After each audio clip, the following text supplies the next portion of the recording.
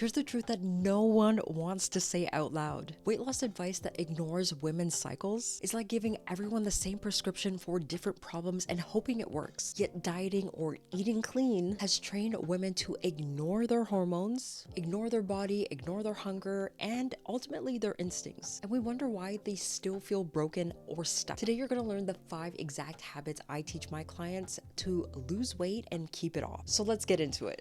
Number 1, sync with your cycle. Okay, so I need you to hear this loud and clear. We've got to stop pretending like our cycles don't affect us as women, especially if we're trying to lose fat. Now, I don't care what your trainer or your favorite TikTok influencer told you. It's just pure gaslighting. You are not a smaller version of a man. You have different hormones, energy patterns, and a whole ass cycle that affects your metabolism, your strength, cravings, and your mood. And no, it's not all in your head. When I started my fitness journey, I knew nothing about my cycle. I'm talking clueless. I would get hit with random energy crashes, feel puffy and moody for no reason, want to eat everything in sight, and every single time I was literally shocked when I realized, oh, it's my period. And I know I'm not alone on this. So here's a crash course on your cycle. Your cycle has 4 phases. After your period, the follicular phase, your energy is up. This is your time to push, lift heavy, do cardio, and just go for it. Around ovulation, you're at your peak. You feel confident, sexy, powerful. So use that and just go hard here. Then comes your luteal phase,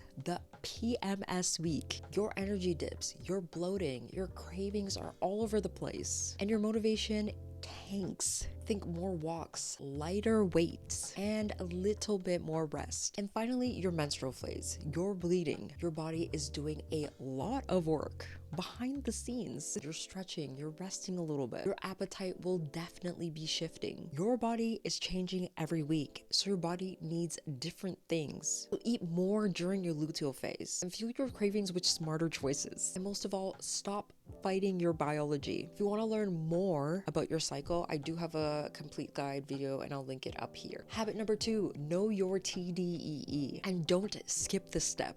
Let's go ahead and talk about your energy, your total daily energy expenditure, which is also known as your TDEE. Now, this is the number of calories your body needs each day to just live your life. Think of your body like a phone. You need a certain amount of charge just to keep the screen on. That's your BMR. But when you start scrolling, texting, working out, and hitting the gym, you need more battery power. And that total energy need, that's your TDEE. Go to tdeecalculator.net, plug in your info, and find your number. It literally only takes like 2 minutes and it's free. So if your goal is to lose fat, eat 300 to 500 calories below that number, not 1200 calories and just going off vibes. Now, if you're trying to build muscle or reset your metabolism over years of dieting, just go ahead and eat at maintenance or slightly above. So stop guessing, stop following your favorite fitness influencers, what I eat in a day, or your best friend's meal plan. Get your numbers and work with your body and stop working against it.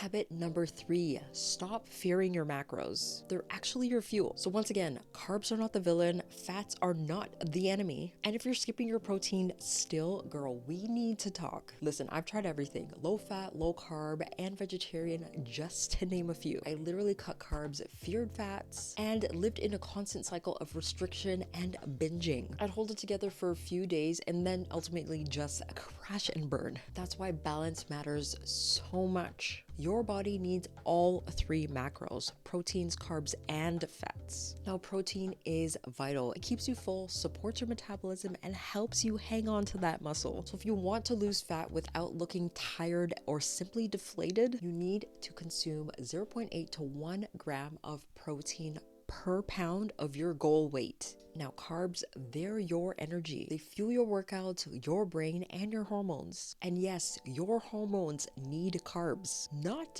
just your cravings. And fats, she keeps your hormones balanced, your brain sharp, and your skin glowing. So don't skip her. When I started tracking my macros for my body and my cycle, everything changed. I thought I was eating enough, but it turns out I was barely getting 50 grams of protein per day. And no wonder I felt weak and hangry by 3 p.m. Now I aim for at least 30 grams of protein per meal. Habit number 4, we need to start ditching the random workouts. Do you ever walk into the gym and just start doing random workouts? A little treadmill here, booty band workouts there, and some leg press machines in between. I've definitely been there. Back when I started my fitness journey, I would hop on the elliptical machine, then I would do some treadmill sprints, then I would do the stair climber, and then finish it off with some random leg exercises. Girl, I was exhausted, but I barely saw progress. I just experienced burnout and a lot of frustration. That was because I had literally no plan.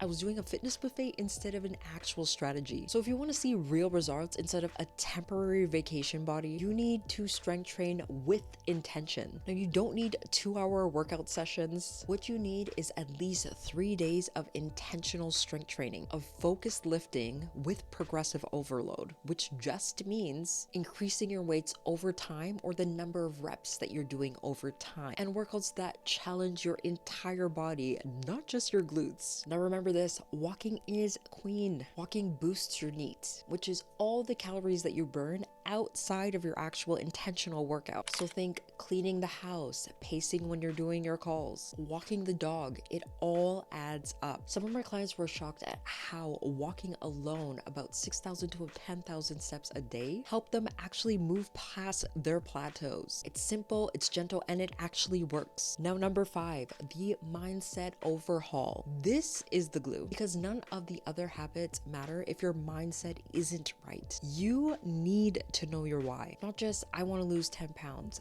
That is not your why. Your why is what helps you keep going when your motivation is non-existent, when you're tired, when you're stressed, when you're PMSing, when you're ready to literally throw in the towel. That's your why. That's what's going to help you put on those running shoes and prepare those protein shakes. Let me tell you about my client, Catherine. She wanted to lose weight for her vow renewal with her husband. She was picturing walking down the aisle again, confident, glowing, with her family and friends watching. That image, that feeling, that was her why. So even on the days where she was exhausted from work, stressed at home, she always showed up, because she wasn't just chasing a number on the scale. She was literally chasing a version of herself that she can actually be proud of. When your why is strong, it literally changes everything. It shifts the way your brain processes setbacks. So instead of giving up, you ask yourself, how do I get back on track? Without a strong why, your brain treats weight loss as a task you should do, like laundry or dishes. But with a deep emotional why, your brain taps into that long-term memory and emotion. It builds habits from the inside out, and you become someone who moves differently, shows up differently, eats differently, because you're deeply connected to who you want to be. So think about this. What is your why? Is it to finally feel confident in your own skin? Is it to be that strong and energized mom for your kids? Whatever it is, hold on to it and write it down. Speak it out loud daily, because weight loss isn't just about shrinking your body. It's about stepping into the version of yourself that you feel more aligned to. And that actually starts with your why. So if you found this video helpful, don't forget to like, share, and subscribe, and share with a friend who also might find this helpful.